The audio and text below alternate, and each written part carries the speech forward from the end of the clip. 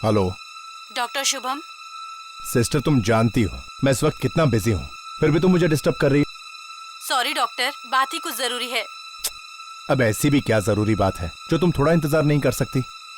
Doctor Shubham, वो 13 number वाली body है ना, उसका फिर से पोस्टमार्टम करना है। फिर से पोस्टमार्टम करना है? लेकिन क्यों?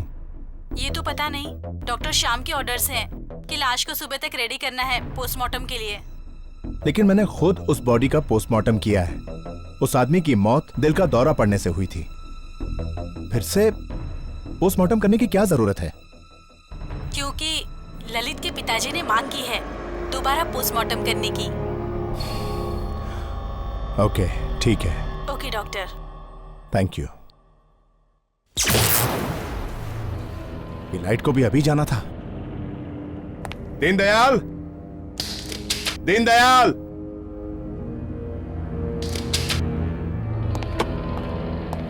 ड्यूटी पर भी सोते रहते हैं।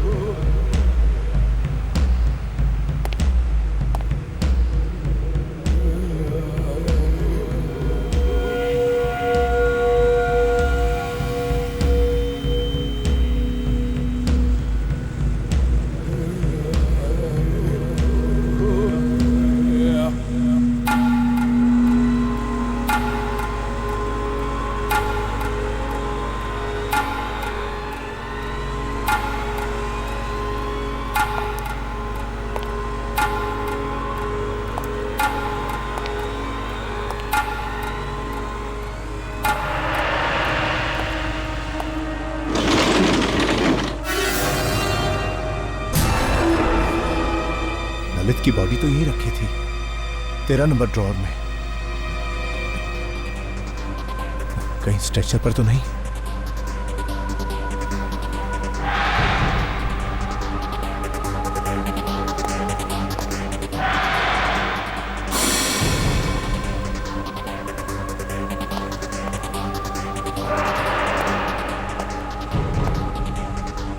यहां भी नहीं।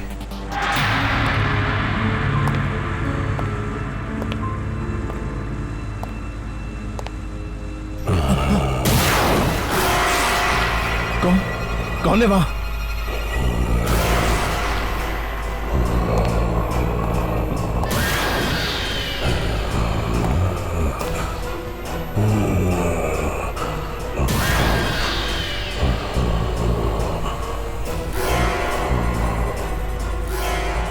तेरा नंबर। ललित कैसे जिंदा हो सकता है?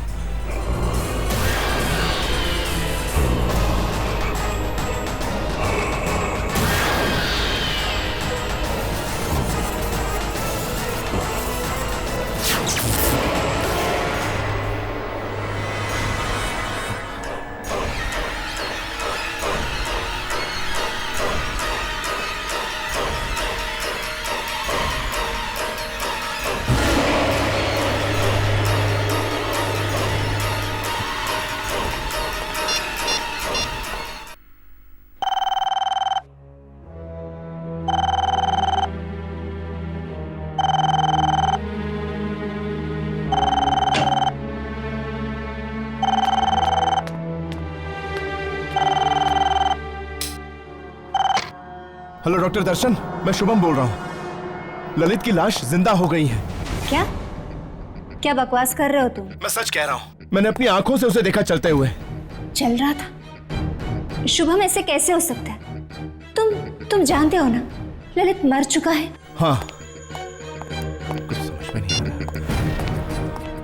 Hello hello Shubham, hello. Phone भी नहीं उठा रहा। कहीं मजाक तो नहीं कर रहा था?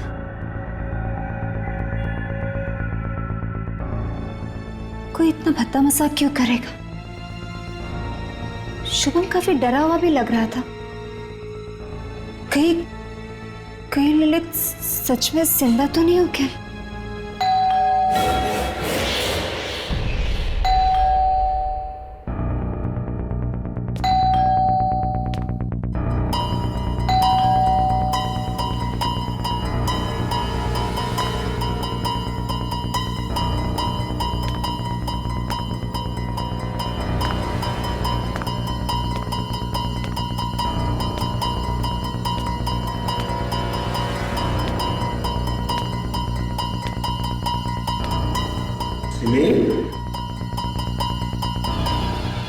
दर्शन, दर्शन,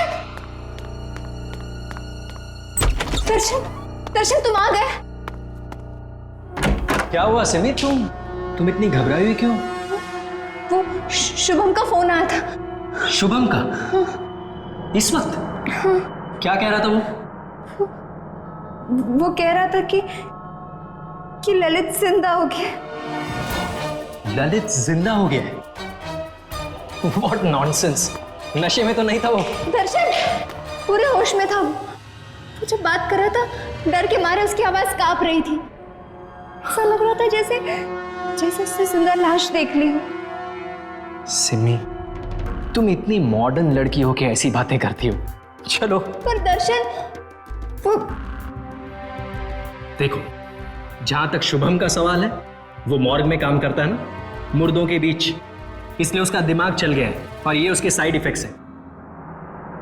देखो, तुम फिक्र मत करो, कल सुबह होते ही मैं उसकी खबर लेता हूं, ठीक है? अभी चलो। लेकिन दर्शन, चलो। फिर उसने मुझे भी फोन करके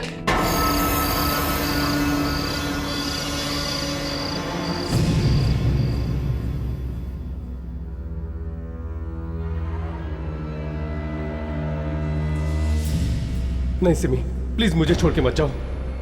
मैं तुम्हें मुझसे दूर नहीं जाने दूंगा। मुझे अच्छा नहीं लगता।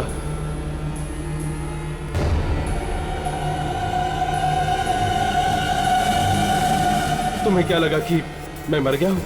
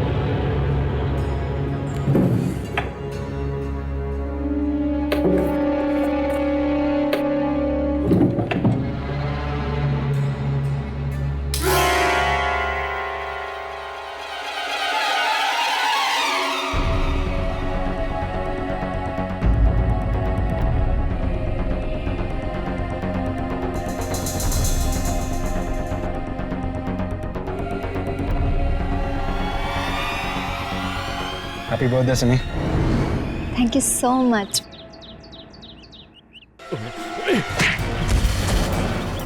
कहा था ना मैंने तुझसे कहा था ना मैंने सिमी से दूर रहना।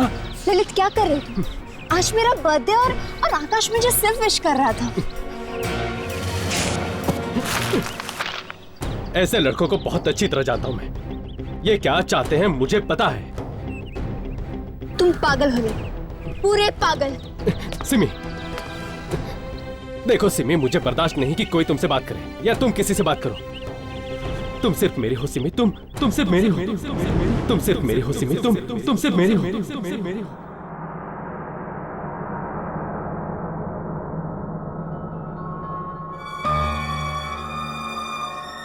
हेलो डॉक्टर दर्शन, मैं शुभम बोल रहा हूँ। ललित की लाश जिंदा हो गई है। मैंने अपनी आंखों से उसे देखा चलते हुए।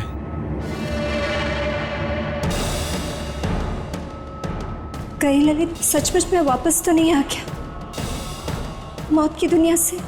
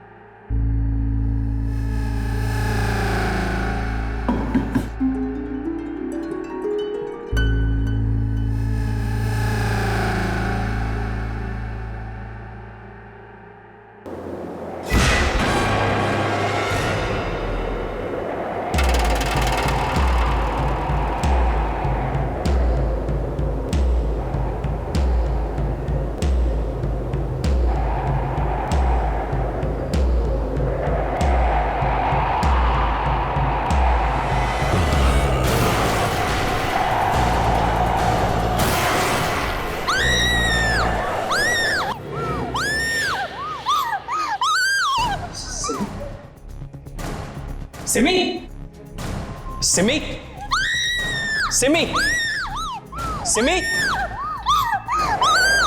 सिमी, सिमी, सिमी, सिमी, छोड़ो मुझे, हट जाओ, हट जाओ। सिमी, मैं हूं, मैं दर्शन। क्या हो गया है तुम्हें? और तुम इतनी रात को यहां पर क्या कर रही हो? ललित है वो, ललित है। ललित कहां? वहाँ खड़ा है वो, वहाँ खड़ा है वो।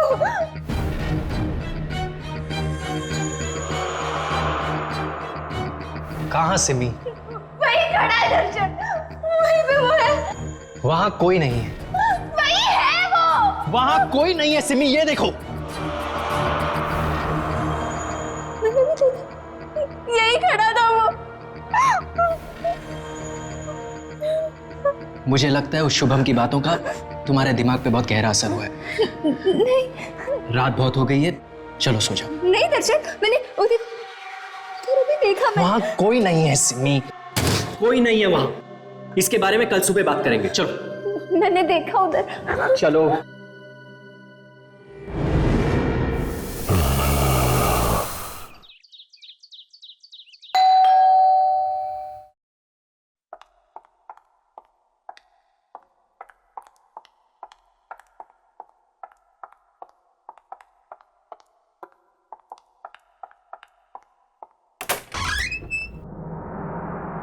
अंकल आप?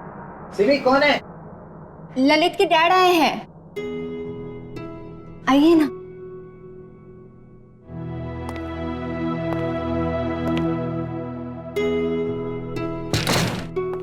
कैसी हो बेटी? मैं ठीक हूँ। क्या बात है, तुम्हारी तबीयत ठीक नहीं है क्या? नहीं अंकल, सिमी ठीक नहीं है। क्या सिमी बेटा, क्या हुआ तुम्हें? अंकल, इसे लगता है कि आपका बेटा ललित वापस आ गया है। क्या सिमी बेटा, तुम्हें भी?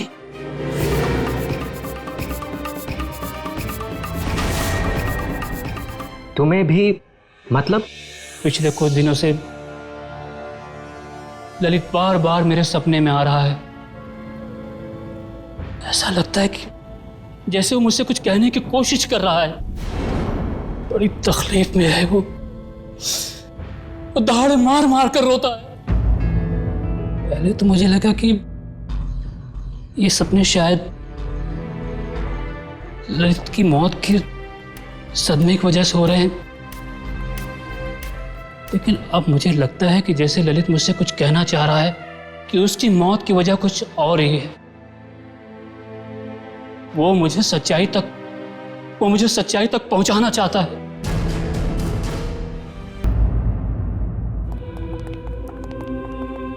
Hello doctor Shyam. हाय दर्शन।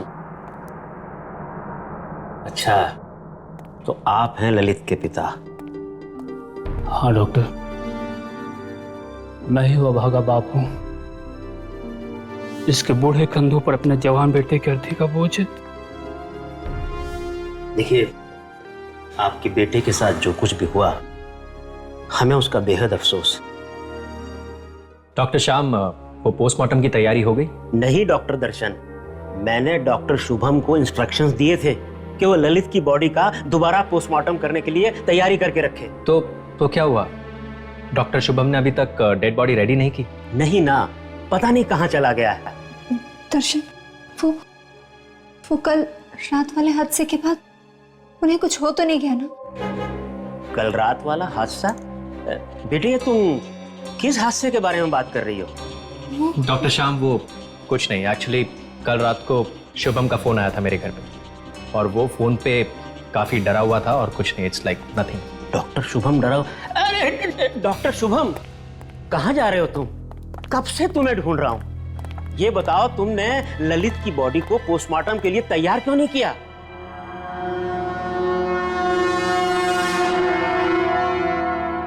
पोस्टमार्टम की तैयारी तो मैं तब करूंगा ना सर, जब ललित वहां होगा।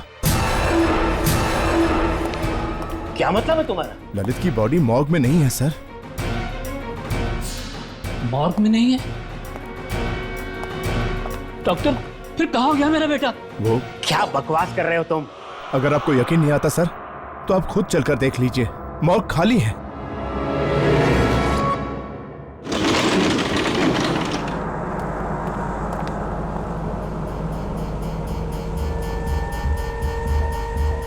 तो तुम्हें ये ड्रॉर खाली नजर आ रहा है।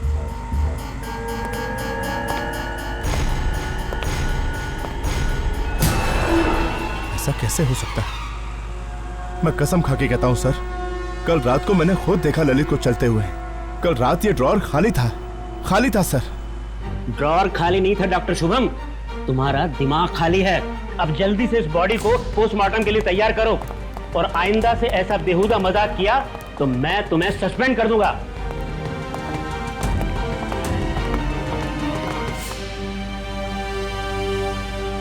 सस्पेंड कर देगा मुझे?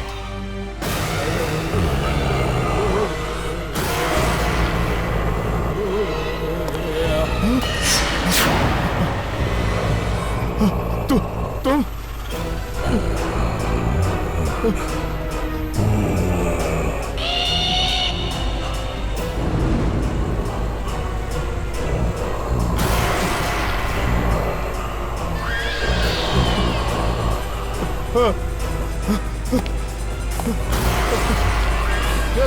दरवाजा खोलो, दरवाजा खोलो।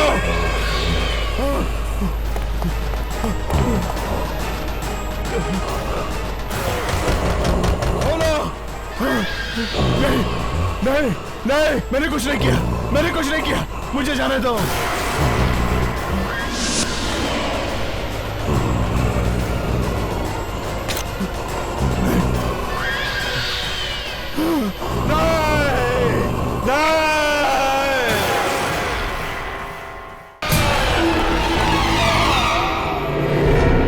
अरे ये तो डॉक्टर शुभम के चीखने की आवाज है, और ये मॉर्ग से आ रही है।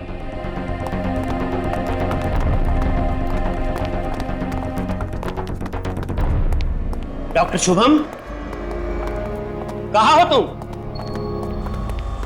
डॉक्टर शुभम, डॉक्टर, कमाल है, चीखने की आवाज तो यहीं से आई थी।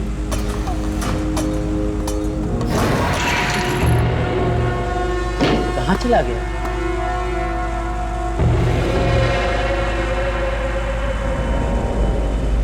दर्शन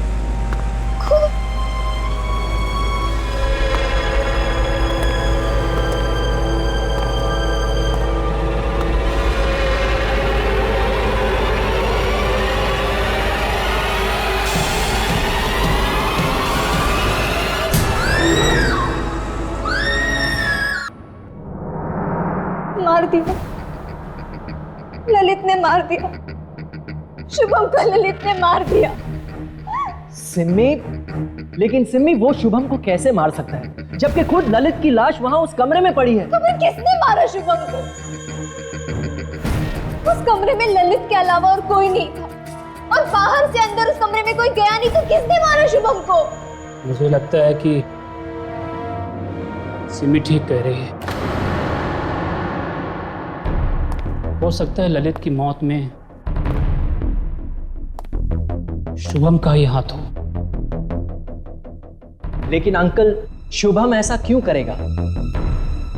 अब ये तो ललित की आत्मा ही बता सकती है।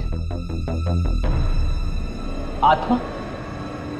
देखिए अंकल, ये आत्मा जैसी कोई चीज नहीं होती, और मैं इन सब बेकार की बातों में नहीं मानता हूं। देखो बेटा, हर चीज को वैज्ञानिक नजरिए से देखना अच्छी बात है, लेकिन आज भी कई ऐसी चीजें हैं जिनका जवाब विज्ञान के पास भी नहीं है।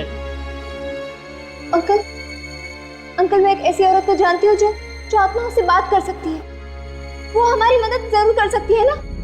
हाँ बेटा, चलो उसके पास चलते हैं। हो सकता है वो हमारी बात ललित की आत्मा से करा सके। अरे ये कैसी बातें कर रहे हैं आप लोग? ये सब कुछ भकोसलेबाजी है और कुछ नहीं। और जहां तक रहा सवाल ऐसी औरतों का, तो मैं ऐसी औरतों को बहुत अच्छी तरह जानता हूँ। भोले भाले लोगों को बेवकूफ बनाकर पैसे ऐंठती हैं, ये बस, और कुछ नहीं। लेकिन एक बार कोशिश करने में हर्जी क्या है दर्शन? सिम्मी, कोशिश ठीक है, आप लोग कीजिए कोशिश। मुझे मरीज को देखने जाना है, मैं चलता हूँ। Excuse me. Darshan. Hello. Hello. हाँ जय।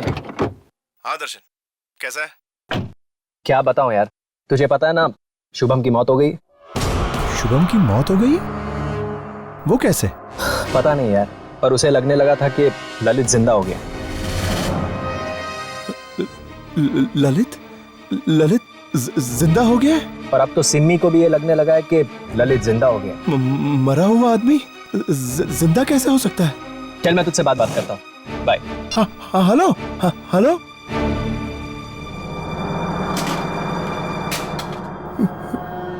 ललित जिंदा हो गया है?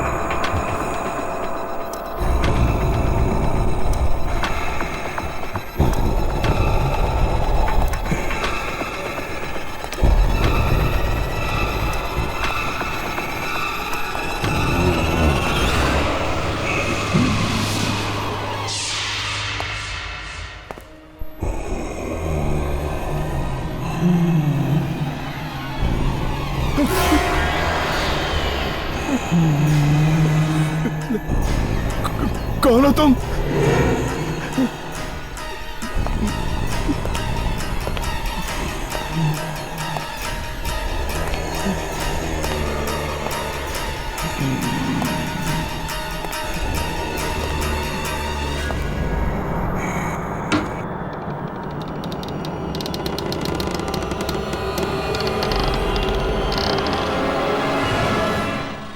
यहाँ तो कोई भी नहीं है।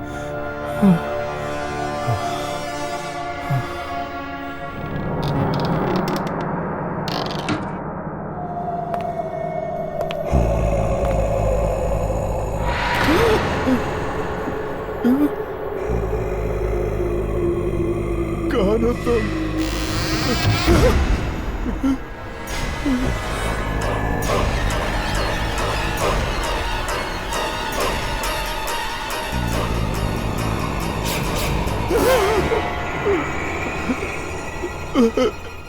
कौन हो तुम?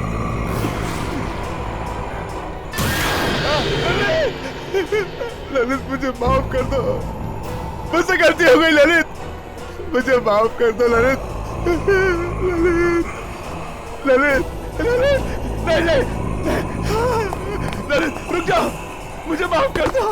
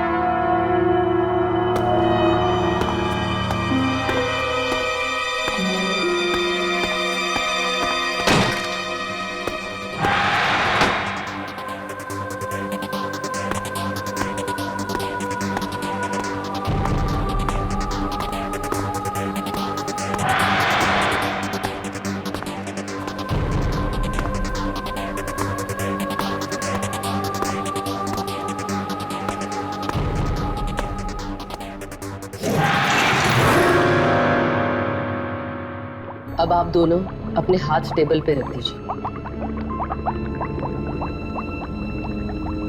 और जब तक क्रिया पूरी नहीं हो जाती आप दोनों में से कोई भी अपने हाथ टेबल पे से नहीं हटाएगा। कभी नहीं। ललित को जिससे भी बात करनी होगी वो अपना हाथ उसके हाथ पे रख देगा। अब मैं ललित को बुलाने जा रही हूँ। ललित, तुम्हारे पिता और तुम्हारी दोस्त सिमी तुमसे कुछ जानना चाहते हैं। आओ ललित, आओ। तुम्हें आना पड़ेगा ललित, तुम्हें उनसे बात करनी पड़ेगी। ललित, आओ आओ ललित। ललित, बताओ तुम्हारी आत्मा को शांति क्यों नहीं मिली? तुम्हें आना होगा। बताओ ललित, क्या हुआ? ललित, ललित, आओ ललित, तुम्हें इनसे बात करनी होगी। ललित, बताओ तुम्हारी आत्मा को शांति क्यों नहीं मिली? ललित, आ जाओ, तुम्हें आना होगा। ललित, आओ आओ, इनके साथ बात करो, इनसे बात करो। ललित, आओ।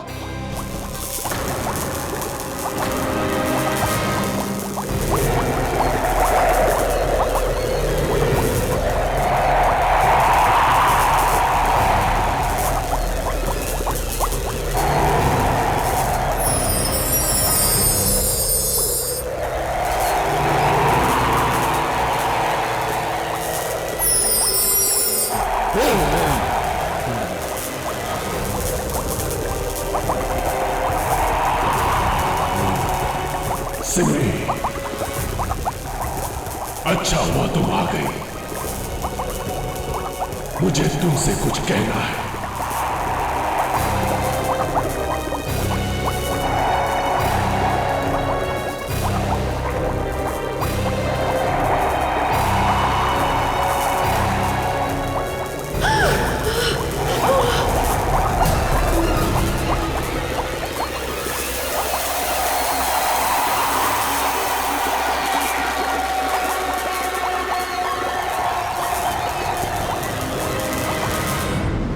तूने ये इंश्योरेंस करवा के ना बहुत अच्छा काम किया है। जिंदगी का क्या भरोसा यार, पता नहीं किस पल क्या हो जाए। अरे उससे भी अच्छा काम इसने किया है, इस पॉलिसी का बेनिफिशियरी अपनी होने वाली बीवी सिमी को बनाकर। अगर इसे कुछ हो गया तो कम से कम उसका भविष्य तो सुरक्षित रहेगा। राइट। वैसे सच बताऊं तो जैन जी, इस पॉलिसी के बारे में मुझे तो कुछ पता ही नहीं था। वो तो दर्शन था जिसने मुझे ये सब बताया, तभी तो मैंने आपसे 1 करोड़ की पॉलिसी कराई है। यार Darshan, you are my true friend यार। थैंक्स बड़ी। टेंशन है क्या?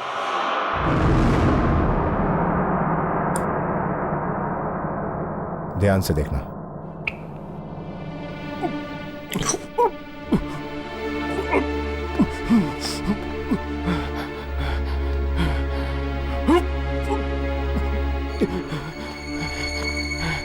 क्या हुआ ललित, तेरी तबीयत तो ठीक है? तू तो जानता है दर्शन, ये सब चीर फाड़, ये खून खराबा मुझसे नहीं देखा जाता यार। कम ऑन यार, तो थोड़े दिनों में डॉक्टर बनने वाला है। अगर इस तरह खून को देख के डरेगा तो मरीजों का इलाज कैसे करेगा? फ्यूचर किसने देखा यार। अभी तो मुझे चक्कर आ रहे हैं। चक्कर आ रहा है तुझे? 1 मिनट।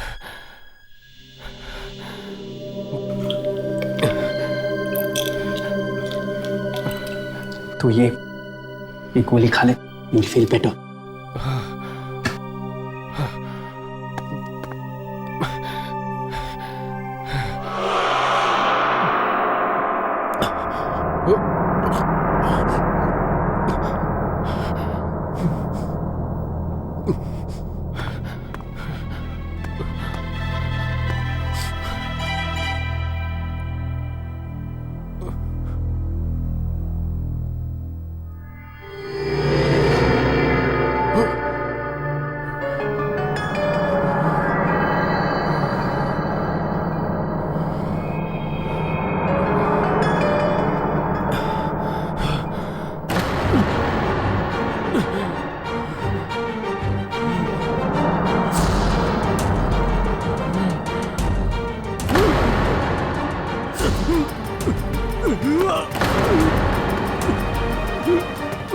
ललित, ललित, अरे कोई ऑक्सीजन लेके आओ।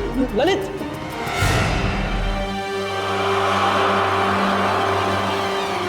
He's dead. ललित,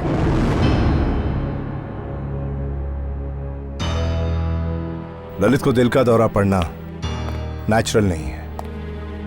इसे किसी ने जहर दिया है, जिसकी वजह से उसकी दिल की धड़कनें बंद हो गई। मैं जानता हूं, लेकिन ललित की पोस्टमार्टम रिपोर्ट में तुम ऐसी किसी भी दवाई के बारे में कुछ भी नहीं लिखोगे, सिर्फ दिल के दौरे के बारे में लिखना। और हाँ, इसकी अच्छी खासी कीमत भी तुम्हें मिल जाएगी।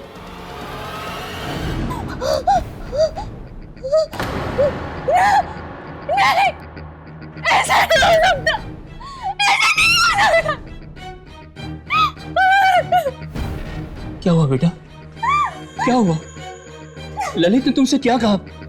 बोलो ना बेटा। ललित की मौत हार्ट अटैक से नहीं हुई, उसका खून हुआ था। क्या? मुझे तो लग ही रहा था कि पोस्टमार्टम की रिपोर्ट गलत है। पर बेटा, मेरे ललित को मारा किसने?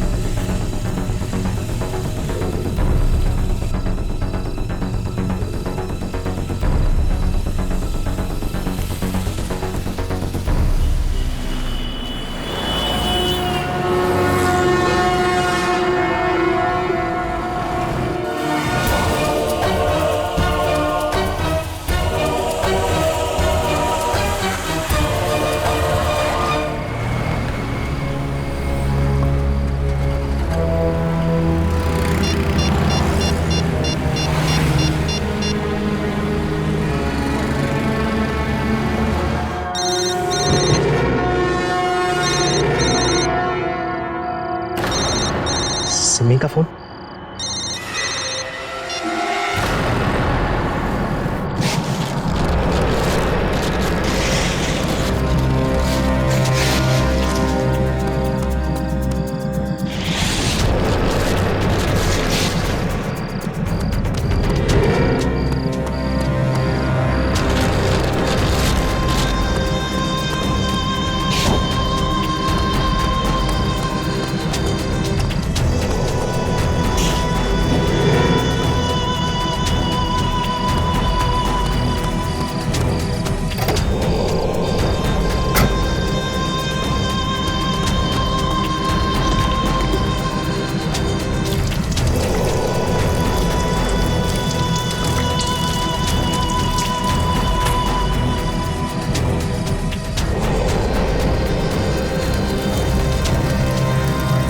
अब हमेशा हमेशा के लिए चैन की नींद सोना। लगता है सिमी आ गई। सिमी आ गई तो क्या क्या कहा शांति देवी ने? शर्म आनी चाहिए तुम। मैं कभी सोच भी नहीं सकती थी कि जिस आदमी से मैंने शादी की वो एक खूनी निकलेगा। खूनी? ये तुम क्या कह रही हो? सब कुछ देख लिया है मैंने। ललित ने मुझे सब कुछ दिखा दिया। ललित की मौत के जिम्मेदार हो ना तुम। तुमने मारा ना ललित को। ये तुम क्या कह रही हो? मैं उसे क्यों मारूंगा? वो तो मेरा दोस्त था ना। ये तो मैं जानना चाहती हूँ, क्यों किया तुमने इसे? क्यों शुभम को तुमने झूठी पोस्टमार्टम रिपोर्ट बनाने के लिए कही? क्यों? हाँ, वो मैंने। सच बताओ, कहीं ये सब तुमने उन इंश्योरेंस पॉलिसी के पैसों के लिए तो नहीं किया जो ललित मेरे लिए छोड़ गया? तुमने मुझसे शादी सिर्फ उन पैसों के लिए तो नहीं की ना? नहीं सिमी, मैं सच में तुमसे बहुत प्यार करता हूँ और इसीलिए और इसलिए तुमने अपना प्यार पाने के लिए मुझसे मेरा प्यार छीन लिया। मार डाला मेरे ललित को, मार डाला। अरे वो ललित तुम्हारे लायक नहीं था। हर वक्त तुम पे शक करता रहता था। किसी और लड़के ने तुमसे बात क्या कर ली उससे बर्दाश्त नहीं होता था। तुम्हें तो खुश होना चाहिए कि मैंने तुम्हें ललित से बचाया। ललित जैसा भी था, प्यार करता था मुझसे, मैं भी उससे प्यार करती थी। तुम्हें क्या हक बनता है कि तुम उसकी जिंदगी उससे छीन लो?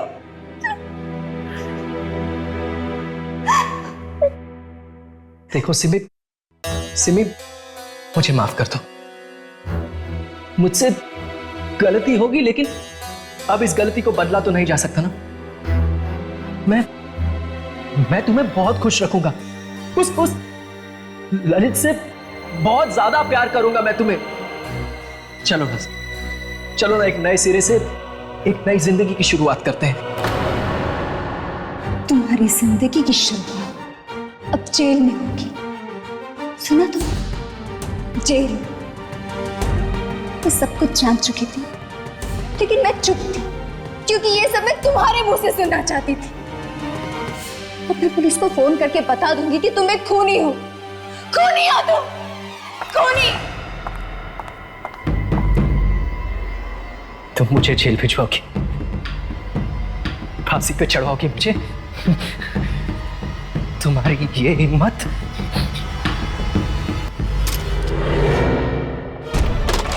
क्या कर रहे हो? क्या कर? पुलिस में पकड़वाओगी मुझे? दर्शन क्या कर रहे हो? पुलिस में? दर्शन! जहाँ ललित गया ना वहीं तुम्हें क्या चाहिए? दर्शन! दर्शन! बोलो दर्शन!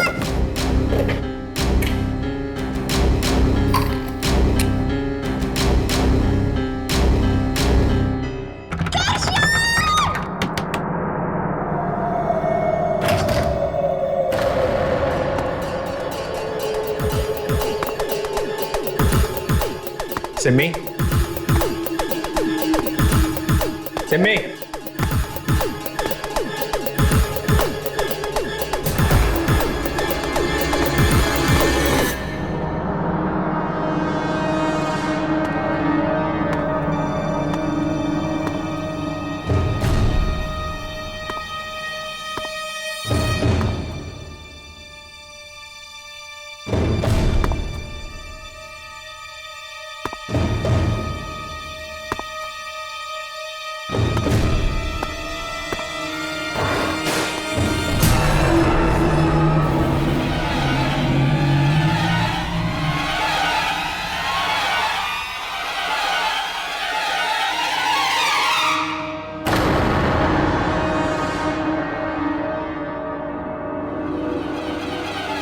सिमी,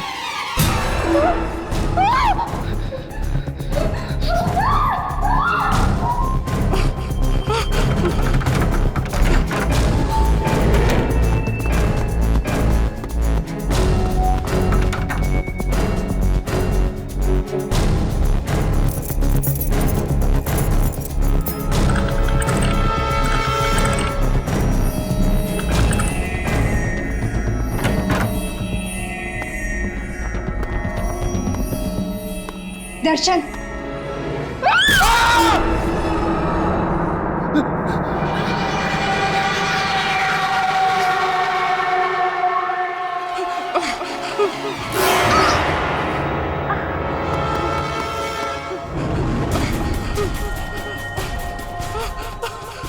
पुलिस को बुलाएगी, जेल भिजवाएगी मुझे, फांसी पे चढ़ाओगी। दर्शन मुझे छोड़ दो, मुझे छोड़ दो दर्शन।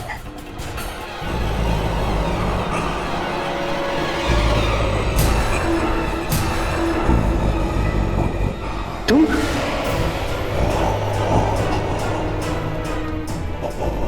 लेकिन मैंने तो तुम्हें अभी जला दिया था ना।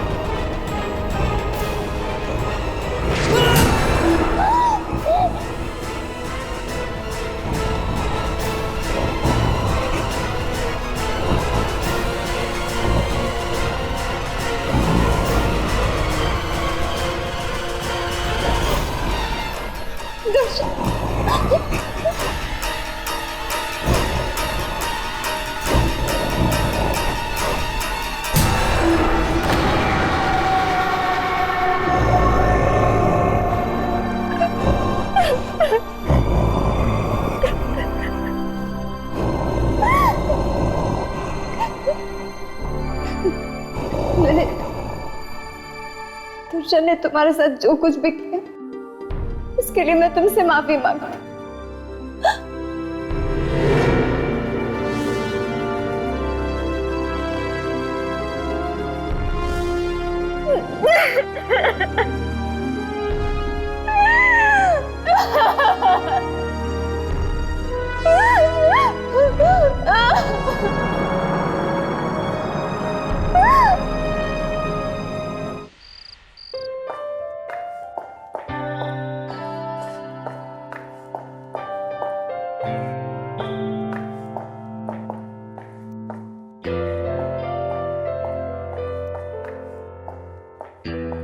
तीन ही बैग?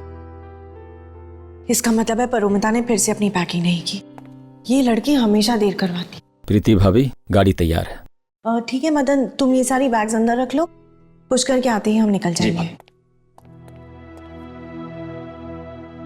आई होप सुलोचना दीदी तैयार हो गई हो। कुछ मदद? नहीं, बस। तो परोमिता जी, फाइनली आपकी पैकिंग हो ही गई। क्या करूं दीदी? मैं इतनी कंफ्यूज हो जाती हूँ पैकिंग कर, समझ में नहीं आता मैं क्या रखूं और क्या नहीं। भाभी ये सही कह रही है। वो तो क्या है ना कि मैंने इसकी मदद कर दी, वरना कल सुबह तक इसकी पैकिंग नहीं होती। बस बस, इतना क्रेडिट लेने की जरूरत नहीं है। ये मत भूलो, इस बार घूमने जाने का प्लान मैंने बनाया। क्यों दीदी? हाँ, ये बात तो सच है। प्रीति, जरा सुनना, अम्मा जी आपको बुला रही हैं। अच्छा।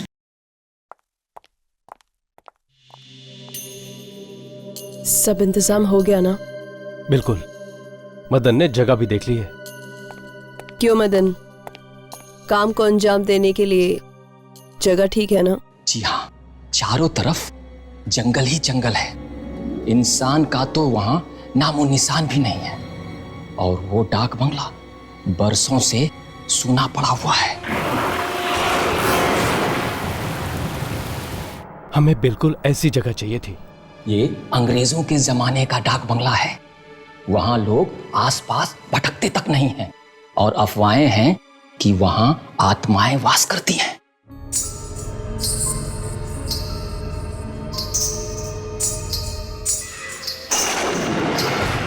तो चलो, क्यों ना हम उन अफवाहों को सच साबित कर दें?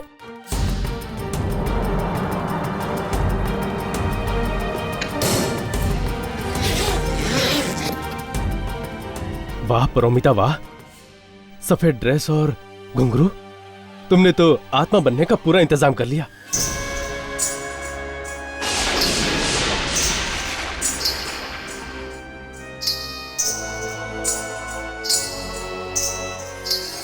अच्छा मदन, तुम्हारे उस आदमी हरिया से बात हो गई है ना? हाँ भैया, मेरी सारी बातें हो गई है। वो उसी इलाके का है। मैंने उसे एडवांस भी दे दिया है। शाबाश मदन, अब सारा पाप करेंगे हम और इल्जाम आएगा उस आत्मा पर जो कि है ही नहीं। अब जल्दी से सारा प्लान मुझे वापस बताओ। हमारी गाड़ी ठीक डाक बंगला के सामने जाकर खराब हो जाएगी।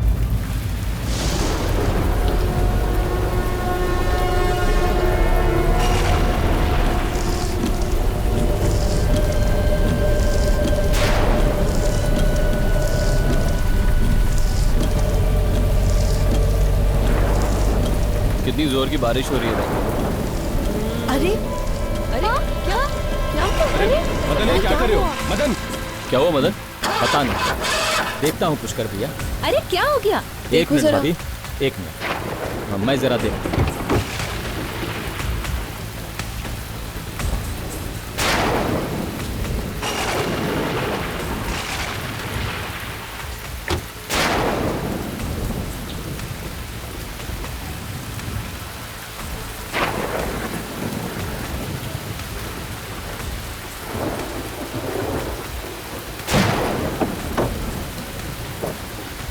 हम देख कर आए क्या? हमें देखना चाहिए।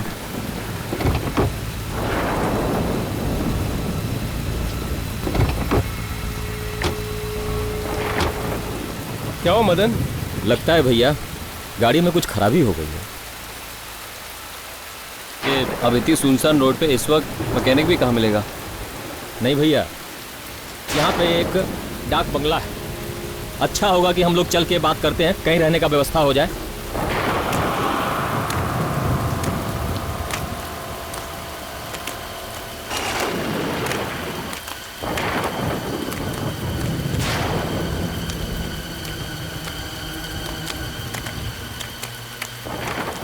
कोई है? अरे भाई कोई है? कोई है? हेलो।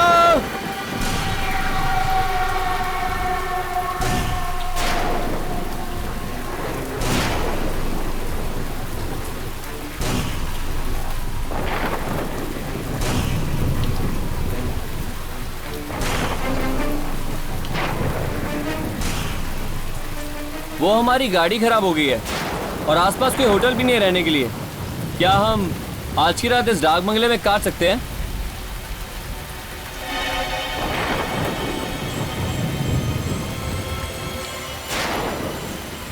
भैया इसे कुछ पैसे दो।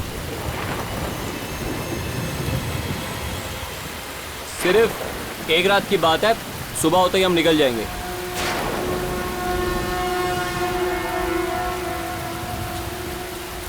ठीक है, पर क्या? आप लोगों की सुरक्षा की जिम्मेदारी मैं नहीं ले सकता। सुरक्षा? क्या यहाँ आसपास कोई डाकू वाकू है? नहीं, ये डाक खाना काफी समय से बंद पड़ा हुआ है और जो जगह काफी समय से बंद हो उस जगह पर अनजान शक्तियों का वास हो जाता है। ठीक है भाई, बस आप हम लोगों को सर छुपाने की जगह दे दीजिए। अपनी सुरक्षा का बीड़ा हम लोग खुद उठा लेंगे। ठीक है भाई साहब, वो कुछ चाय नाश्ते का इंतजाम हो सकता है यहाँ? यहाँ कुछ नहीं मिल सकता, पर हाँ इस जंगल के पीछे एक बाजार है। आप लोगों की किस्मत अच्छी हुई तो वहाँ कोई दुकान खुली हुई मिल जाएगी। ठीक है भैया, मैं कुछ ना कुछ बाजार से लेकर आता हूँ।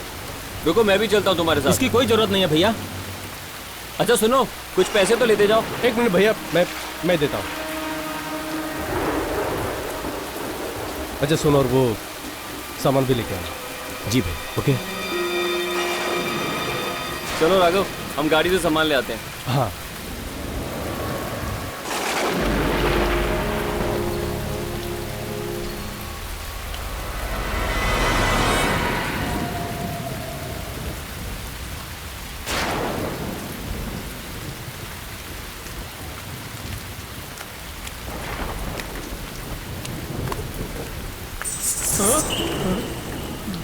घुघरू की आवाज।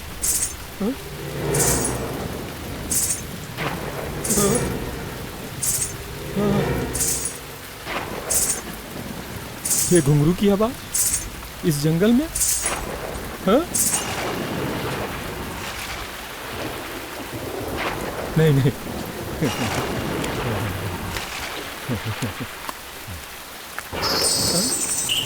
घुंघरू की आवाज कैसे आई? हाँ? हाँ? हाँ?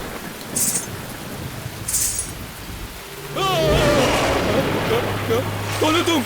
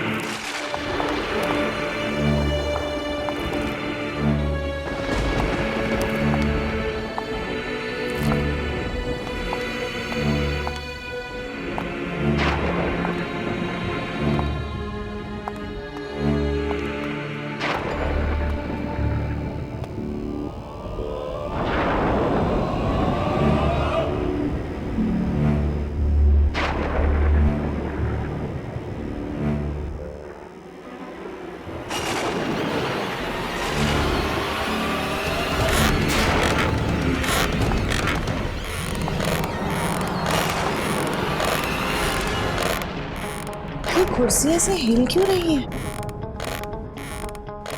हवा से हिल गया होगा प्रीति। नहीं पुष्कर, ये तो ऐसे हिल रही है जैसे इस पर कोई बैठा हो। हाँ, शायद इस पे कोई ऐसा आदमी बैठा है जो शायद हम लोग को दिखाई नहीं दे रहा। प्लीज राघव, ऐसी बातें मत करो। मुझे बहुत डर लगता है। एक तो यहाँ पर लाइट्स भी नहीं है।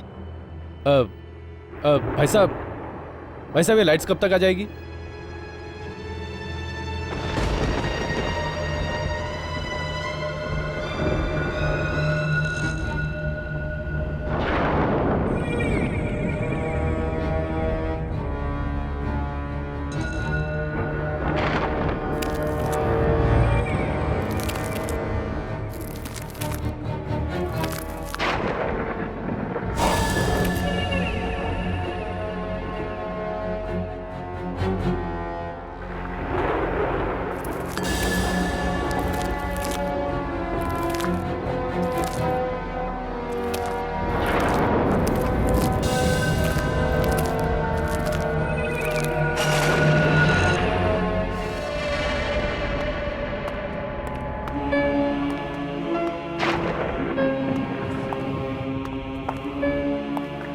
यार ये बंगला कम से कम 100 साल पुराना तो होगा ना? हालत देखकर तो ये लगता है।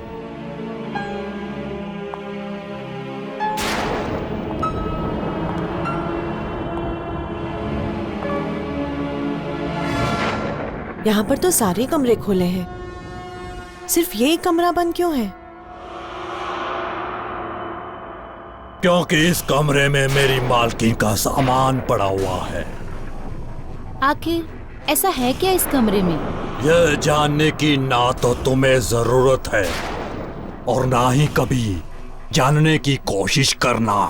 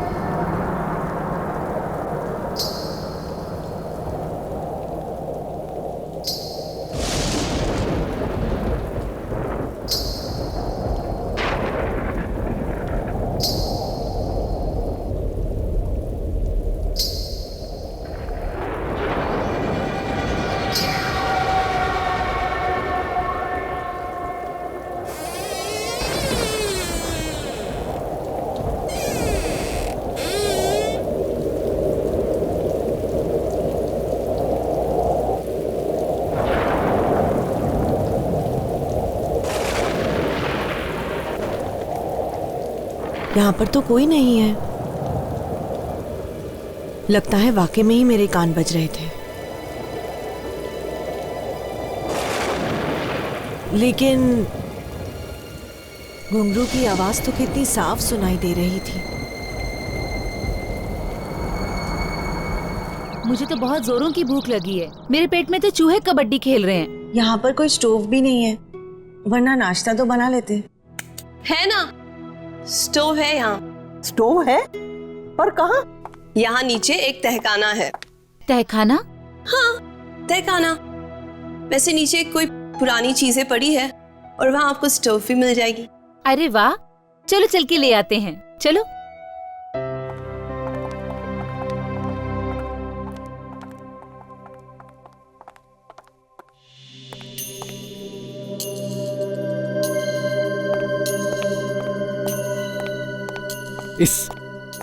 इस मदन की तो मैं खटिया खड़ी कर दूंगा। उसकी वजह से हमारा पूरा प्लान डिले हो गया और तुम्हारा वो घुंघरू पहनकर चलना भी बेकार गया। मेरा घुंघरू पहनकर चलना? हाँ, कल रात को तुम्हारा वो घुंघरू पहनकर चलना सुनकर तो मेरे पसीने छूट गए थे। ऐसा लगा था कि सचमुच की आत्मा तो नहीं आ गई। राघव, कल रात मैंने कोई घुंघरू नहीं पहने थे। क्या? ये तुम क्या कह रही हो? इनफैक्ट मैं इतनी थक गई थी, कल लेटते ही सो गई। तुम सच कह रही हो? हाँ। अगर तुम सो गए थे तो कल यहाँ घुंघरू पहनकर कौन घूम रहा था? राघव, सच में यहाँ कोई आत्मा तो नहीं है ना? नहीं, वो शायद मेरा वहम होगा। खैर मैं एक काम करता हूं, मदन को ढूंढ के आता हूं, ठीक है? जल्दी आना। हाँ।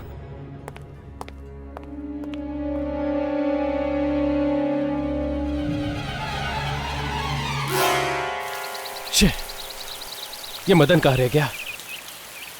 उसकी वजह से सारा प्लान।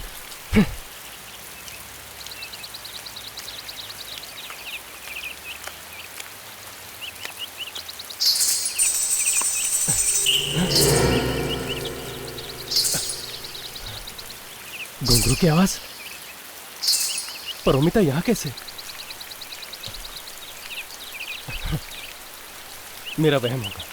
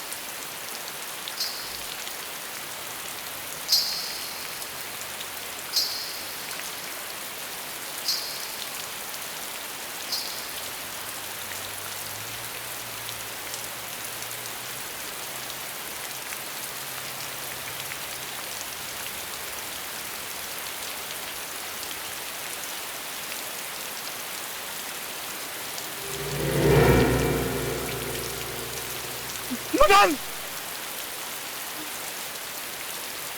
मदन!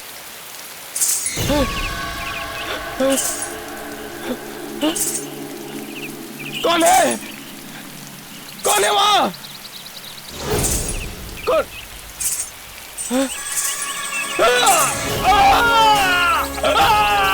छोड़ दे मुझे!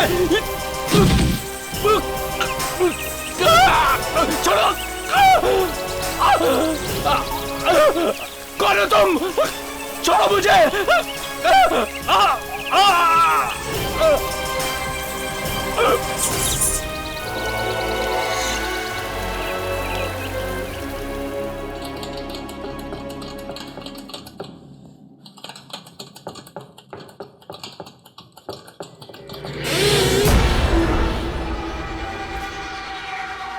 ये दरवाजा अपने आप कैसे बंद हो गया?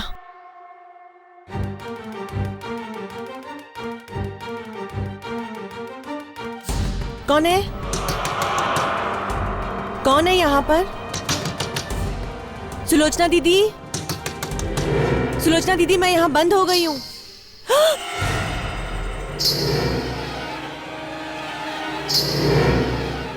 ये तो वही घुंघरू की आवाजें हैं। कौन है? कोई है यहाँ पर? कौन है?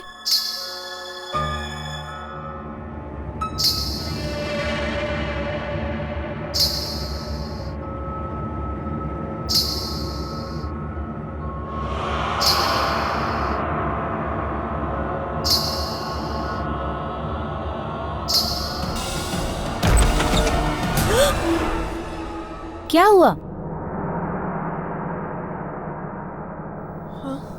वो स्टोव जल नहीं रहा है क्या? कोई बात नहीं, चलो हम कुछ और इंतजाम करते हैं। चलो।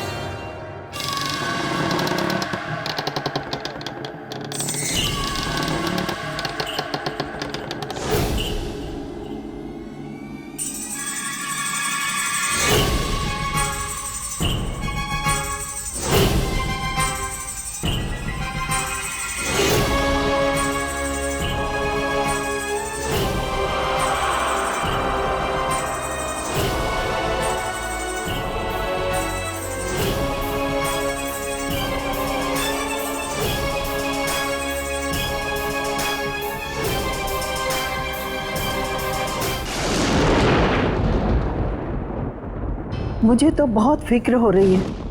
मदन तो पहले से ही गायब था और अब ये राघव अभी तक लौट कर नहीं आया। उसका फोन भी अनरीचेबल आ रहा है। यहाँ पे नेटवर्क का बहुत प्रॉब्लम है। नहीं, शायद मैकेनिक की तलाश में इधर उधर भटक रहा होगा। मैं उसे देख कर आता हूँ। पुष्कर, तुम मत जाओ। ये ठीक कह रही है। इस जंगली इलाके में रात मौत बन के आती है। सुबह ढूंढ लेना। क्या हमें अब इस बंगले में एक रात और रुकना पड़ेगा? नहीं, आप लोग आराम कीजिए, मैं आसपास पता करके आता हूँ। पुष्कर, रहने दो ना पुष्कर, बहुत रात हो चुकी है, कल सुबह देख लेंगे। मुझे जाने दो प्रीति, वैसे भी चिंता में मुझे पूरी रात नींद नहीं आएगी।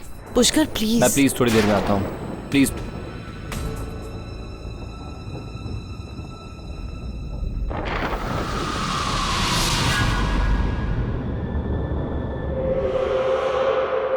मरेगा, ये भी मरेगा।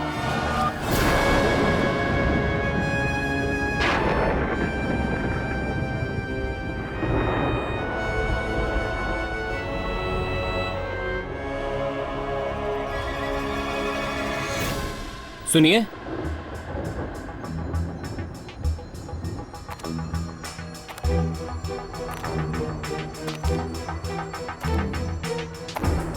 कौन लड़की है?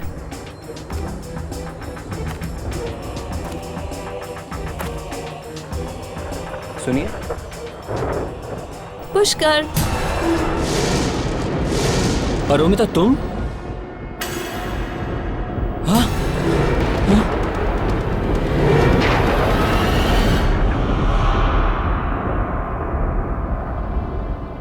क्या हुआ? तुम इतने परेशान क्यों लग रहे हो? नहीं, वो मैंने अभी अभी किसी को यहाँ सफेद ड्रेस में देखा। तुमने किसी आत्मा को देखा? ये मजाक का वक्त नहीं है परोमिता, मैं सच कह रहा हूं। मैंने अभी भी किसी को देखा यहाँ पे। अच्छा बाबा, सॉरी, अभी तो नहीं है ना? अभी सिर्फ मैं और तुम, हम दोनों यहाँ है ना?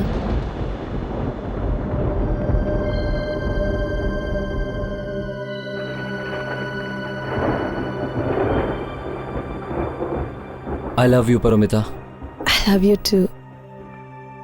मैं तुमसे बहुत प्यार करता हूं। परोमिता, लेकिन तुम इस वक्त यहाँ क्या कर रही हो? मैंने तुम्हें डाक बंगले से निकलते हुए देखा तो मैंने सोचा मैं भी। परोमिता, कुछ ही दिनों की तो बात है। अगर किसी को अभी शक हो गया तो सब खराब हो जाएगा। तुम जाओ, मैं हरिया से मिलकर आता हूं।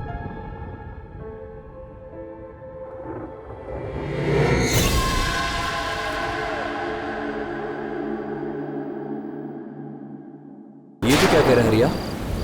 अगर मदन कल तेरे से नहीं मिला तो वो गया कहां? वो सब अपने को नहीं मालूम, पर आज रात आपका काम हो जाएगा। ठीक 2 बजे मैं उस डाक बंगले पर पहुंच जाऊंगा। ठीक है, लेकिन एक बात का ध्यान रखना, हमारा कमरा कॉरिडोर के बाईं तरफ है।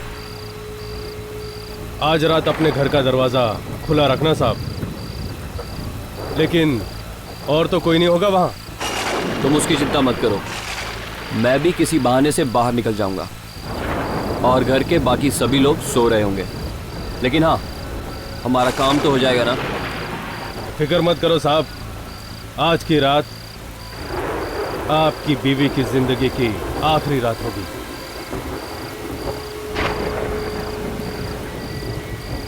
तुम ये रखो।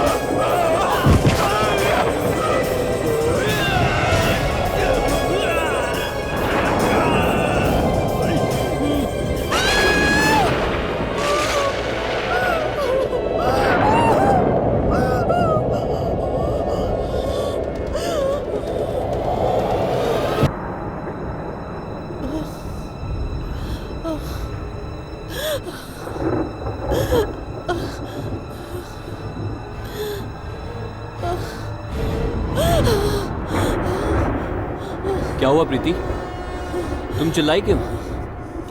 और तुम बेहोश कैसे हो गई? पुष्कर, मैंने एक बहुत ही भयानक नजारा देखा। मेरे तो होश ही उड़ गए थे। ऐसा क्या देख लिया तुमने? पुष्कर, यहाँ पे एक अंग्रेज औरत थी। वो एक आदमी को मार रही थी, अपने दांतों से उसकी नसें काट के।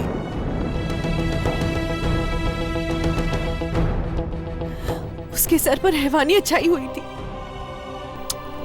अंग्रेज औरत किसी को मार रही थी? ये तुम क्या कह रही हो प्रीति? जब हम सब यहाँ अभी कमरे में आए, यहाँ पे तुम्हारे अलावा और कोई नहीं था। पुष्कर, मेरी बातों का यकीन कर, मैं सच बोल रही।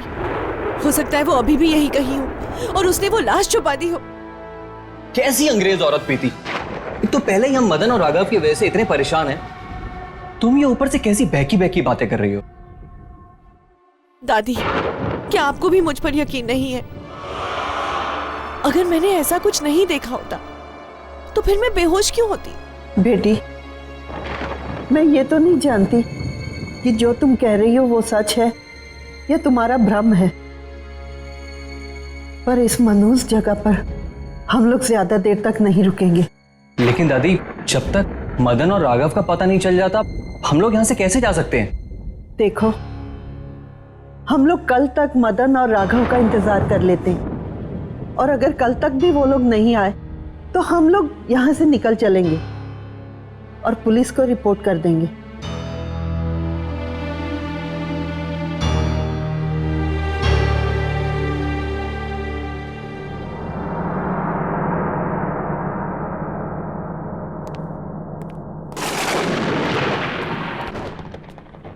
प्रीति, अब तुम सो जाओ। हो सकता है कि थकान की वजह से तुम्हारे दिमाग में ऐसी वैसी बातें आ रही हों। तुम सो जाओ।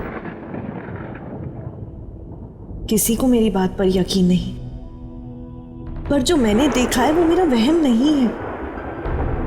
कुछ ना कुछ गड़बड़ तो जरूर है। राघव और मदन का यहाँ आते ही इस तरह गायब हो जाना, रात को वो घुंघरू की आवाजें, और जो मैंने आज देखा, आखिर कौन थी वो? यहाँ पर तो सारे कमरे खुले हैं, सिर्फ ये कमरा बंद क्यों है? क्योंकि इस कमरे में मेरी मालकिन का सामान पड़ा हुआ है। आखिर ऐसा है क्या इस कमरे में? ये जानने की ना तो तुम्हें जरूरत है और ना ही कभी जानने की कोशिश करना।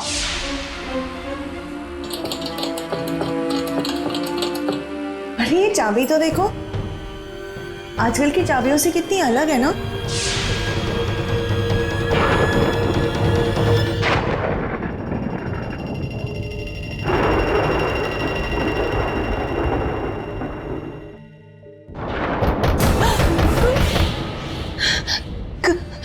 कौन है? कौन है? पारो, मैं हूं पुष्कर। पुष्कर?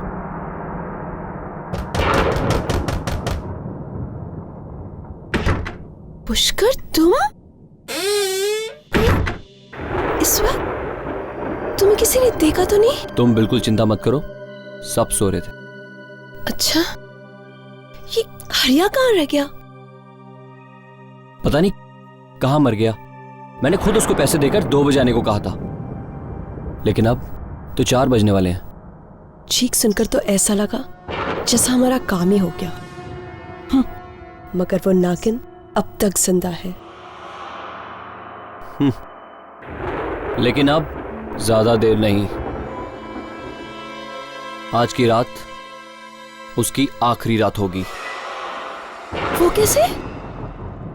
तुम बस मेरा प्लान ध्यान से सुनो। तुम वो सफेद ड्रेस और घुंघरू पहनकर उसका दरवाजा खटखटाओगी। वो दरवाजा खोलेगी, तुम कॉरिडोर वाले रास्ते से होकर बालकनी में जाना। आत्मा समझकर वो तुम्हारा पीछा करेगी, बस। और फिर तुम उसको उस वक्त बालकनी से धक्का दे देना, और फिर सब सुबह सोचेंगे कि उस आत्मा ने उसको मार डाला।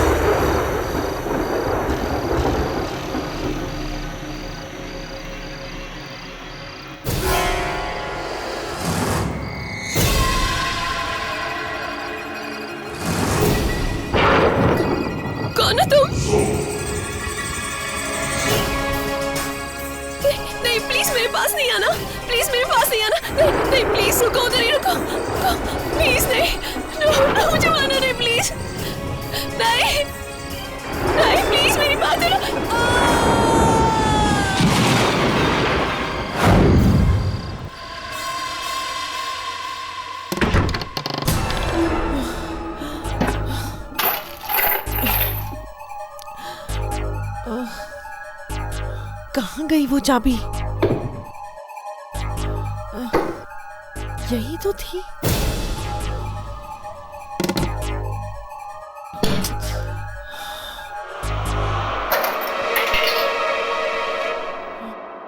लगता है ये वही बंद दरवाजे की चाबी है।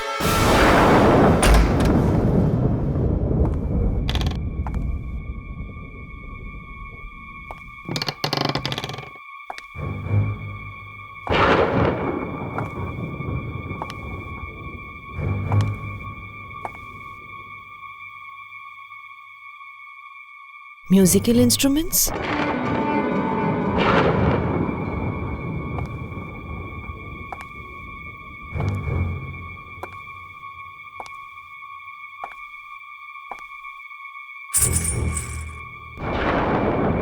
घुंघरू,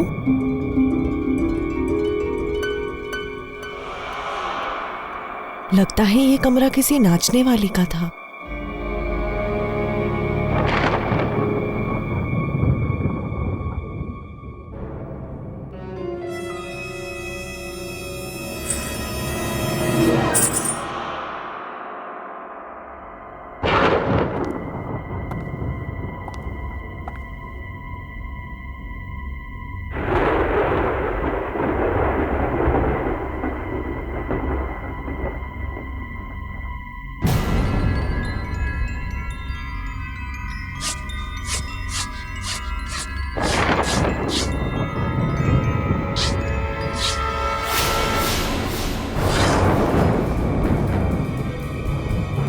पुष्कर, वो अंग्रेज औरत के साथ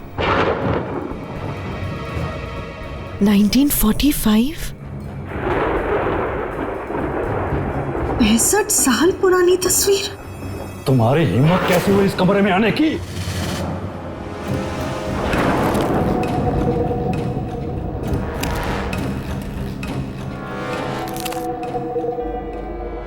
बाबा, ये मेरे पति और इस औरत की तस्वीर, ये सब क्या है? पुष्कर तुम्हारे इस जन्म का पति है और ये फोटो उसके पिछले जन्म का है, जब वो मेरी मालकिन मर्लिन का पति था। पिछले जन्म का फोटो? हाँ, बात सन 1945 की है, जब पहली बार मर्लिन मेम साहब अपने पिता के साथ इस डाक बंगले में आई थी।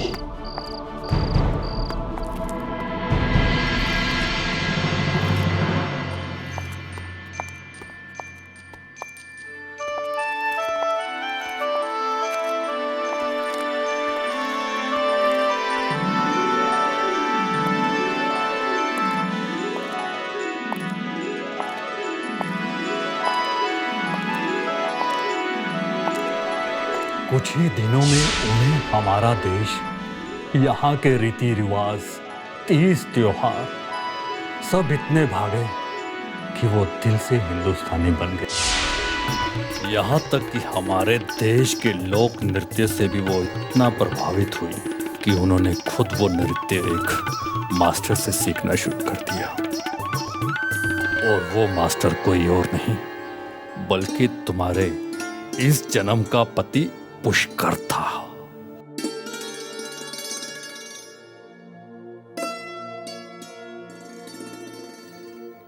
मर्लिन मेम साहब को पता भी नहीं चला कि कब वो उस मास्टर के इतने नजदीक आ गई कि उनका रिश्ता गुरु शिष्य का ना रहकर दो प्रेमियों का बन गया।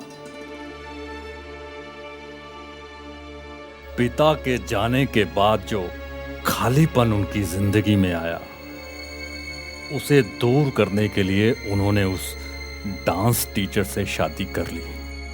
पर उसने मेम साहब से शादी सिर्फ उनके पैसों के लिए की थी। और फिर एक दिन उसी दौलत के लिए उसने मेम साहब का खून कर दिया। उन्हीं घुंघरुओं से जिन्हें पहनकर कभी वो नाचा करती थी।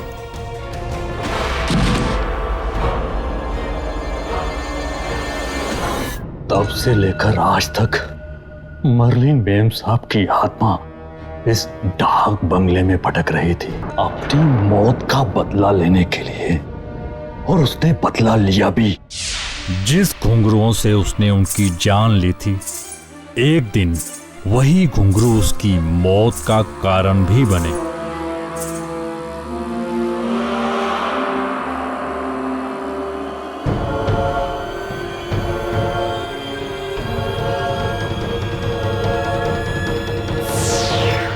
लेकिन मर्लिन ने पुष्कर से बदला ले लिया था ना, तो फिर भी उसकी आत्मा मुक्त क्यों नहीं हुई? अब तक क्यों भटक रही है? आत्मा इतनी आसानी से मुक्त नहीं होती, खासकर ऐसी आत्मा जिसे धोखे और बेवफाई की चिंगारियां पल पल जलाती हों।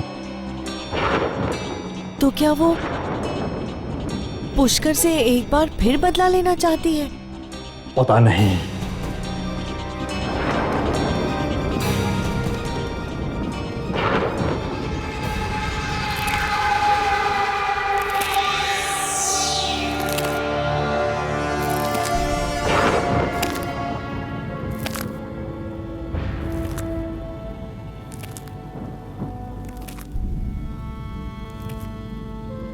मर्लिन, चाहे पिछले जन्म में पुष्कर ने तुम्हारे साथ जो भी किया, इस जन्म में वो मेरे सुहाग है, और मैं उनका बाल भी बाका नहीं होने दूंगी। परमिता, आंखें खोलो परमिता, ये सब क्या हो गया परमिता? परमिता, तुम मुझे छोड़ के नहीं जा सकती परमिता। पुष्कर, परमिता, आंखें खोलो परमिता। परोमिता, परोमिता, परोमिता, परोमिता, परमिता।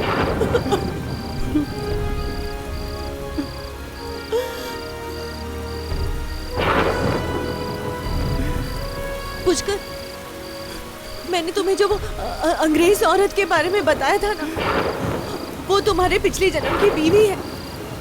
उसी ने हमारी परोमिता को मार डाला। पुष्कर, हमें यहाँ से चले जाना चाहिए, इससे पहले कि वो तुम्हें भी मार दे। चलो यहाँ से भाग जाते। बकवास बंद करो। परोमिता को किसी आत्मा ने नहीं बल्कि तुमने मारा है, तुमने। क्या? ये तुम क्या कह रहे हो पुष्कर? हाँ, मैं सच कह रहा हूँ। भला मैं अपनी बहन को क्यों मारूंगी? क्योंकि तुम्हें हमारे प्लान के बारे में पता लग गया था। प्लान? कैसा प्लान?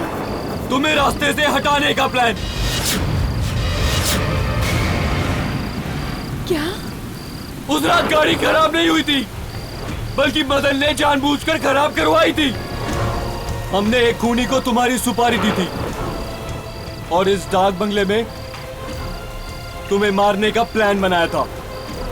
और वो आत्मा और कोई नहीं, तुम्हारी अपनी बहन परोमिता है, जो तुम्हें डराने के लिए सफेद ड्रेस और घुंघरू में इस डाक बंगले में घूमा करती थी। हमने सोचा था कि वो खूनी तुम्हें मार डालेगा, और सारा इल्जाम उस बेचारी आत्मा पर आ जाएगा। लेकिन तुम तो 2 कदम आगे निकली। हाँ, तुमने परोमिता को ही मार दिया। पर पुष्कर, तुम मुझे क्यों मार देना चाहते थे? मैं तो तुमसे कितना प्यार करती हूँ पुष्कर। नहीं, लेकिन मैं तुमसे प्यार नहीं करता, मैं परोमिता से प्यार करता था। तो तुमने मुझसे शादी क्यों की? तुम्हारी दौलत के लिए, क्योंकि तुम्हारे बाप ने सारी दौलत तुम्हारे नाम कर रखी थी, और तुम्हारे मरने के बाद तुम्हारी सारी दौलत मेरी हो जाती, और फिर मैं खुशी खुशी अपनी परोमिता के साथ शादी कर लेता। चंद रुपयों के लिए तुम मुझे मार देना चाहते थे? मरना तो तुम्हें अब भी होगा। परोमिता का बदला मैं तुमसे लेकर रहूंगा। पुष्कर, पुष्कर ये तुम क्या कर रहे हो? पुष्कर, पुष्कर, पुष्कर, पुष्कर, पुष्कर।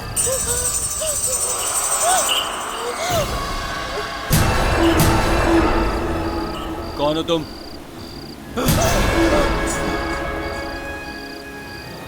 जो मर्लिन के साथ हुआ वो मैं प्रीति के साथ नहीं होने दूंगी। तुझे मरना होगा, एक बार फिर तुझे मरना होगा।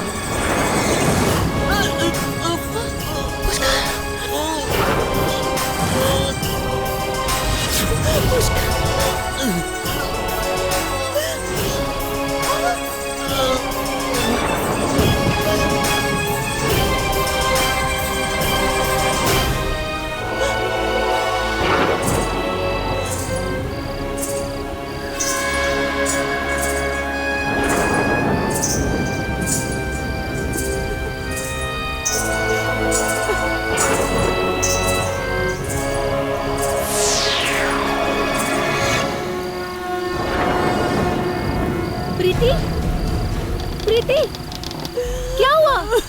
प्रीति, पुष्कर, पुष्कर, क्या हो गया पुष्कर? क्या हुआ प्रीति? मम्मा। प्रीति,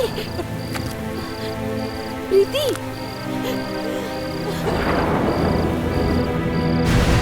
इस तरह के और भी एपिसोड देखने के लिए हमारे चैनल को सब्सक्राइब करें और बेल आइकन दबाना ना भूलें।